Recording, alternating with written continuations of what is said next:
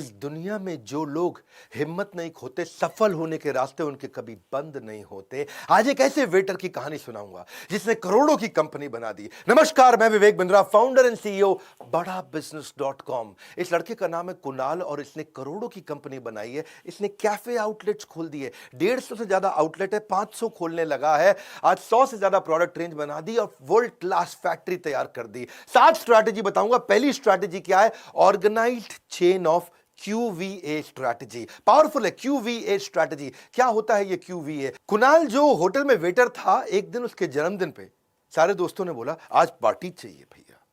अब पार्टी में उसने अपने 10 दोस्तों को बुला तो लिया, लेकिन सबकी डिमांड अलग थी।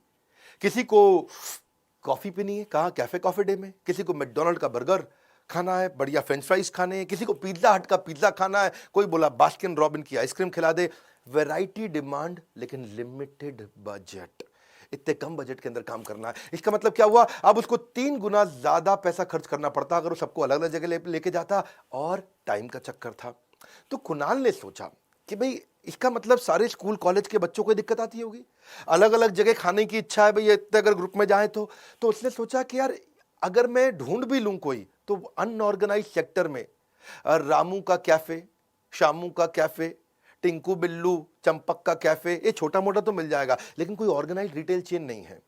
और QVA का मतलब क्या है? जहां क्वालिटी कंसिस्टेंट हो, क्योंकि छोटे मोटे कैफे में क्वालिटी कंसिस्टेंट नहीं होगी, वैरायटी सारी नहीं मिलेगी, और ए मतलब अफोर्डेबल नहीं होगा। तो इसने मॉडल समझा कि मैं एक ऑर्गेनाइज्ड चेन बना सकता हूं आगे चल के, जिसमें क्वालिटी एक जैसी हो, जिसमें वैरायटी सारी मिल जाए। भाई मेरे को मैकडॉनल्ड ना जाना पड़े, पिज्जा हट ना जाना पड़े, बास्किन रॉबिन, सब कुछ एक छत के अंदर मिल जाए। अम्ब्रेला बोलते हैं इसको।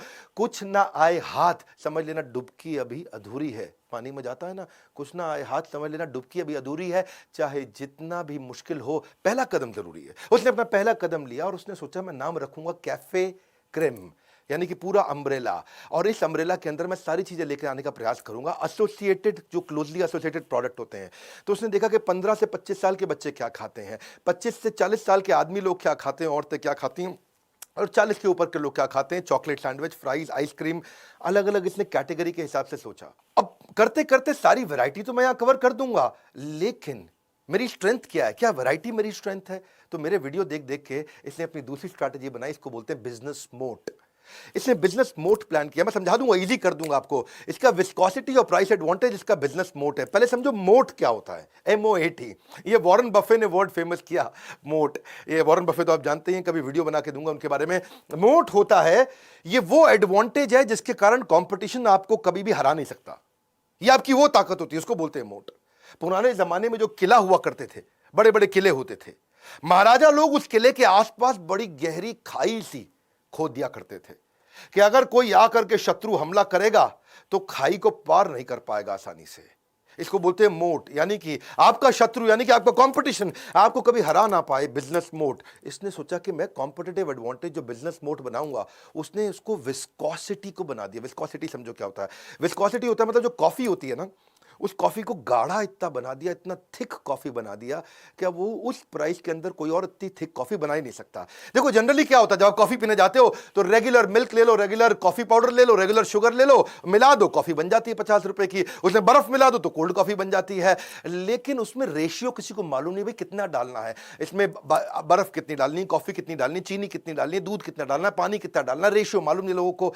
तो उससे रिस्क रहता है किसका? टेस्ट का और हेल्थ का। टेस्ट मतलब अब पता नहीं आपने कॉफी कितनी डाली तो स्वाद हर बार एक जैसा आएगा नहीं, और अगर बर्फ ज्यादा डाल दी तो गला खराब है, हेल्थ का भी रिस्क हो गया। फॉर्मूला समझो, फॉर्मूला क्या है? नो गारंटी ऑफ प्रोसेस मतलब नो गारंटी ऑफ क्वालिटी। अगर प्रोसेस की गारंटी नहीं है, कॉफी कैसे बनेगी? तो क्वालिटी की गारंटी नहीं है, कॉफी कैसे बनेगी? मेरी बात समझ रहे हैं? यानी कि टेस्ट की गारंटी नहीं है। कभी कॉफी कम डाल दी, ज्यादा डाल दी, दूध कम डाल दिया, ज्यादा डाल दिया, कभी फुल क्रीम डाल दिया, कभी टोन डाल दिया। प्रोसेस की गारंटी नहीं तो क्वालिटी की गारंटी नहीं। अब इसने कहा कि मैं इसको ठीक करता हूं। तो कुणाल अपनी नौकरी में अर्निंग और लर्निंग दोनों कर रहा था। उसने क्या किया? उसने वहां पे अपने होटल के अंदर रेसिपी को सीखा जिससे टेस्ट मिलता है, और प्रेजेंटेशन स्किल को सीखा जिससे सेल्स मिलता है। रेसिपी से टेस्ट और प्रेजेंटेशन से सेल्स, दोनों चीजें उसने होटल में सीख ली। अब इसने सोचा मैं कैफे क्रेम चालू करता हूं, और इस कैफे क्रेम के लिए इसने कॉम्पिटिटिव एडवांटेज मेरे वीडियोस देख देख करके बड़ा अच्छा बिल्ड किया। आज देखो 150 आउटलेट खोला, दम है ना आदमी में, कि इसने कूका कैफे अपनी लॉन्च कर दी। जो उनकी थी कुका कॉफ़ी, उसकी खास बात क्या है, वो बिल्कुल थिक है और उसमें ज़ीरो प्रोसेसिंग कर दिया आउटलेट के अंदर। तुझको कुछ नहीं करना भाई, जो आउटलेट पे बना रहा है उसको कुछ नहीं करना, काटो घोलो और पिला दो क्या, काटो घोलो और पिला दो, यानी कि बस पहले से ही सब कुछ रेडीमेड आएगा, उसको काटो घोलो और पिला दो। इसमें आपको यूज प्रोसेस्ड मिल्क पहले ही डाल दिया इन्होंने, मतलब क्या, प्रोसेस्ड मिल्क पहले ही डाल दिया कॉफ़ी बनाने के लिए, पानी अब ऐड करना नहीं है, और ये मेल्टेड आइसक्रीम से भी ज़्यादा थिक कर दी। मुद्दा यह है कि गाढ़ेपन से क्या है, देखो जितना गाढ़ापन कॉफी में आता है उतनी देर तक जीभ पे स्वाद रुकता है। Higher viscosity, longer the taste, जितना गाढ़ापन होगा उतना जीभ पे स्वाद रुकेगा। सो इसीलिए कुक्का इनका फेमस हो गया। कुक्का इनकी कॉम्पिटिटिव एडवांटेज, जो विस्कोसिटी है ना, कुक्का की गाढ़ापन है, वो उनकी स्ट्रेंथ बन गई। इसीलिए अब कस्टमर आता है कुक्का कुक्का करता है जी, क्या करता है, कुक्का कुक्का इतना फेमस हो गया, ओए चल कुक्का पी के आते हैं, ओए कुक्का पी के आते हैं। अब कुक्का दिमाग में घुस गया लोगों के, बस एक आइटम के लिए कस्टमर आता है, बाकी भी खरीद के जाता है। मेरी बात समझ लेना, ये होता है कॉम्पिटिटिव एडवांटेज। एक चीज आपके पास ऐसी होनी चाहिए जो किसी के पास ना हो।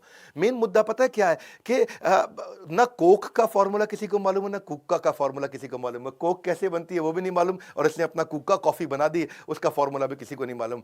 देखो, अगर आपको भी है ना बिजनेस करने का सुरूर, तो आप भी आइए हमारे साथ, आईबीसी बनिए जरूर।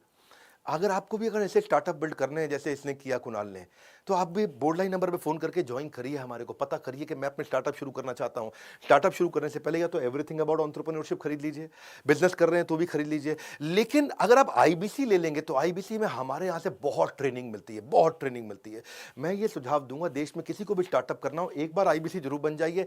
एक साल हमसे खूब ट्रेनिंग ले लीजिए, सेल्स भी सीखिए, बिजनेस के सारे मॉडल सीखिए। अब कुका में इनकी दो एडवांटेज हो गई, एक इन्होंने रॉ मटेरियल सस्ते में बना दिया क्योंकि इनको अफोर्डेबिलिटी चाहिए थी, और दूसरा थिक कॉफी बना दिया, क्योंकि देखो बाकी जगह अगर आप कॉफी पीते हो स्टारबक्स में, कैफे कॉफी डे में, वहां 150-200 रुपए की मिलती है, इनकी कुका 40 रुपए की हो गई, यानी कि साधारण कॉफी के रेट पे इन्होंने कर दिया।